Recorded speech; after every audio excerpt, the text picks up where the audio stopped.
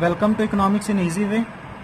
Students, आज अपना topic है सप्लाई ऑफ फॉरेन एक्सचेंज। इससे पहले हमने देखा था increase and decrease and demand of foreign exchange, यानी कि appreciation and depreciation of domestic currency. इससे पहले दो वीडियो, बहुत ही इंपॉर्टेंट वीडियो, इससे पेपर में क्वेश्चन जरूर आता है। Appreciation of currency and depreciation of currency, जिससे पहले दो वीडियो है वो जरूर देख लें।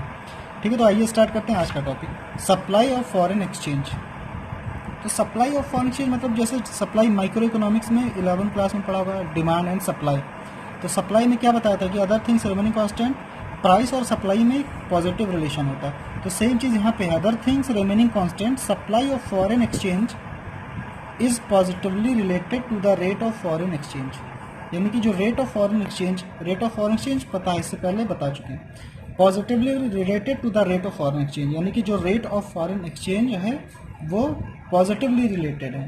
तो सप्लाई ऑफ फॉरेन एक्सचेंज मतलब हम डॉलर यहाँ पे मान लेते हैं, और उसका रेट ऑफ एक्सचेंज यानी कि एक यूएस डॉलर की जो वैल्यू है वो 70 रुपीज़ है। ठीक है, तो इसकी जो प्राइसेस हैं, प्राइस यानी कि रेट ऑफ एक्सचेंज है, अगर इसकी रेट ऑफ एक्सचेंज इंक्रीज होगी तो उसकी सप्लाई भी इंक्रीज होगी, रेट ऑफ एक्सचेंज डिक्रीज होगी तो सप्लाई भी डिक्रीज होगी। ठीक है, तो supply of foreign exchange as positively related to the rate of foreign exchange, यानी कि रेट ऑफ एक्सचेंज और सप्लाई दोनों पॉजिटिवली रिलेटेड हैं। एक चीज़ बढ़ेगी तो दूसरी भी बढ़ेगी, एक चीज़ डिक्रीज होगी तो दूसरी भी डिक्रीज होगी। डायग्राम इसके बनाते हैं। ये X axis supply of foreign exchange, Y axis पे rate of foreign exchange.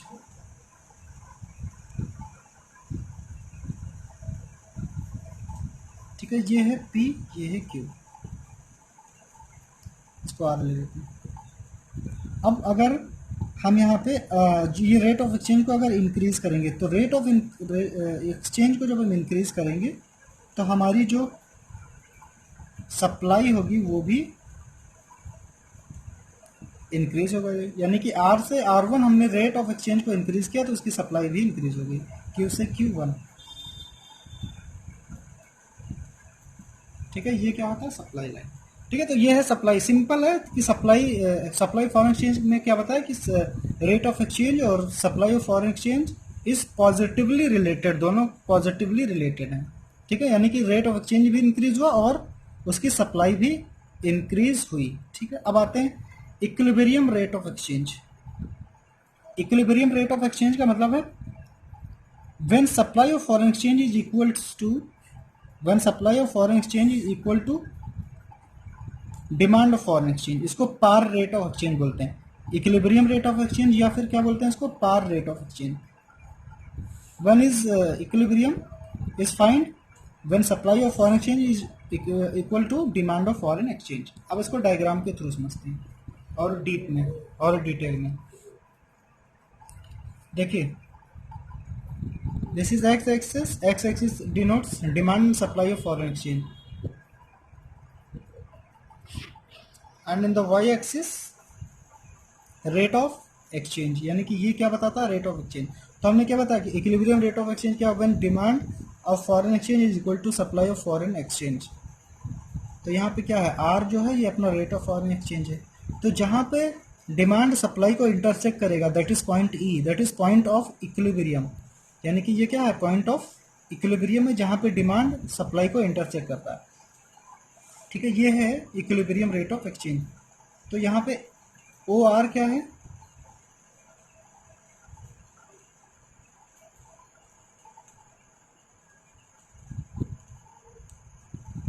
Equilibrium rate of, और ओ क्यू क्या है,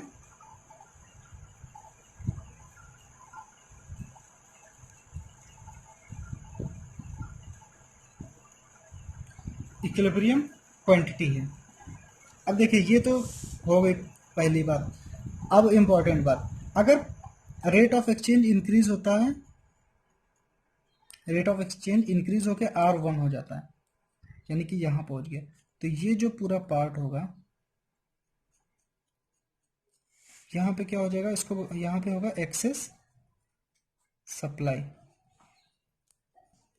एक्सेस सप्लाई, इसको हम ए बी नाम देते हैं। यानी कि यहाँ से यहाँ तक जो पूरा पार्ट होगा ये यहाँ पे होगा एक्सेस सप्लाई। तो एक्सेस सप्लाई तो हम इक्विलिब्रियम दोबारा से कैसे रिस्टोर करेंगे, ये इंपॉर्टेंट क्वेश्चन है। When there is excess supply then how to store equilibrium rate of exchange. तो यानी कि यहाँ पे R1 यानी रेट ऑफ एक्सचेंज इंक्रीज हो गई और तो एक्सेस सप्लाई हो जाएगी, यानी कि सप्लाई ज़्यादा है और डिमांड कम है। तो हम उसको इक्विलिब्रियम पे कैसे लाएंगे, सप्लाई ज़्यादा डिमांड कम, तो हम रेट ऑफ एक्सचेंज को डिक्रीज कर देंगे, यानी ये जो रेट ऑफ एक्सचेंज है डिक्रीज करेंगे। और रेट ऑफ एक्सचेंज जब डिक्रीज करेंगे तो सप्लाई क्या हो जाएगी, डिक्रीज हो जाएगी। और यानी कि रेट ऑफ एक्सचेंज को हम जब तक डिक्रीज करेंगे जब तक demand is equal to supply ना हो जाए, तो दोबारा से इक्विलिब्रियम रिस्टोर हो जाएगा। ठीक है, यानी कि ये क्वांटिटी नई बन जाएगी इसमें।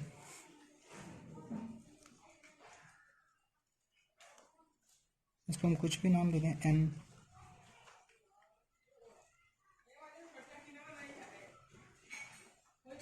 नाम दे दें n। और इसी तरीके से अगर हम इसके प्राइसेस को, प्राइस यानी रेट ऑफ एक्सचेंज अगर डिक्रीज होती है तो रेट ऑफ एक्सचेंज जो डिक्रीज होगी तो इसका जो पूरा पार्ट होगा इसको हम C और D दे देना। तो ये जो पूरा पार्ट अपना होगा, ये जो पूरा पार्ट होगा इसको क्या बोलेंगे, एक्सेस डिमांड। यानी कि यहाँ पे ये पूरा जो पोर्शन है यहाँ पे डिमांड ज्यादा है सप्लाई कम है। डिमांड मतलब किसकी, डिमांड ऑफ फॉरेन एक्सचेंज। यानी कि यहाँ ये जो C है और CD में क्या है, CD में क्या है, एक्सेस डिमांड। एक्सेस सप्लाई कहाँ थी, AB में। तो एक्सेस सप्लाई का हमने बता दिया कि एक्सेस सप्लाई है और इक्विलिब्रियम चाहिए, तो इक्विलिब्रियम कैसे आएंगे, रेट ऑफ एक्सचेंज को डिक्रीज कर देंगे। अगर R से R2 हो जाती है, R2 हो जाती है, ठीक है, तो R2 पे क्या है, ये पूरा केस बता रहा है एक्सेस डिमांड का, when demand is greater than supply, demand ज्यादा है सप्लाई कम है।